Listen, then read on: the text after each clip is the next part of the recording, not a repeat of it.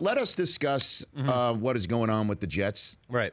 And Fitzpatrick. I believe this thing's going deep into the preseason. Yeah. But the only way for Fitzpatrick to get any leverage back at all, to get more money or whatever respect he feels he deserves, and that obviously his teammates feel that he deserves, is to just say, all right, you think this can go down without me being paid what I'm properly needing to be paid?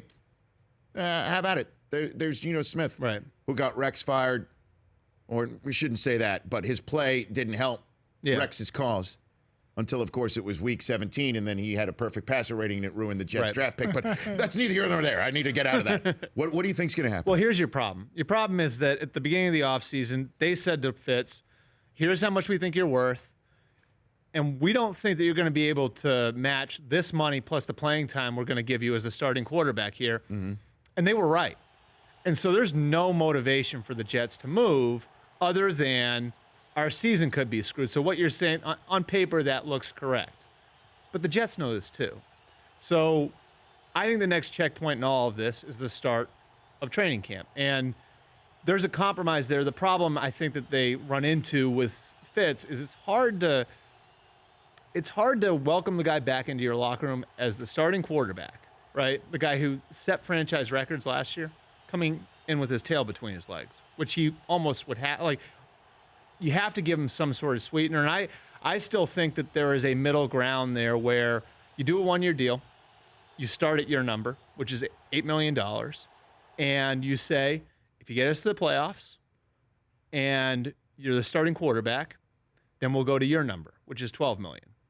To me, that's the easiest way to fix this, because you give him an opportunity to get back to his number. He can take some pride in the fact that I didn't completely get beaten down by the franchise. Whether or not he'd be willing to accept that, to me, that's the logical place, because the reason, one of the things the Jets are saying here is, well, you did a great job for us, but you've never been to the playoffs. You already got your big second contract when you were in Buffalo. Right now, you're the league sees you as the type of quarterback that you can tread water with.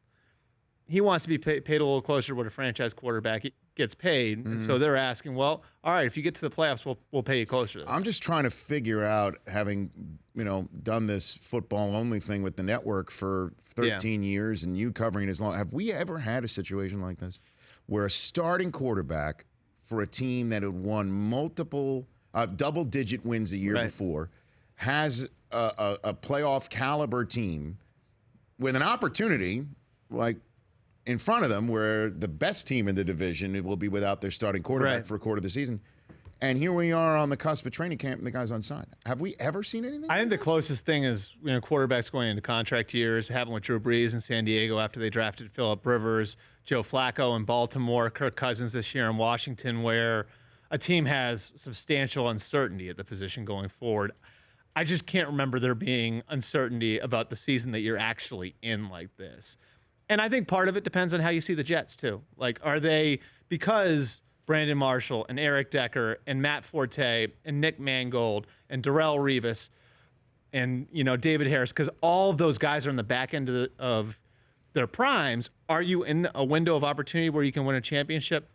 I don't think internally the Jets think that they're there yet.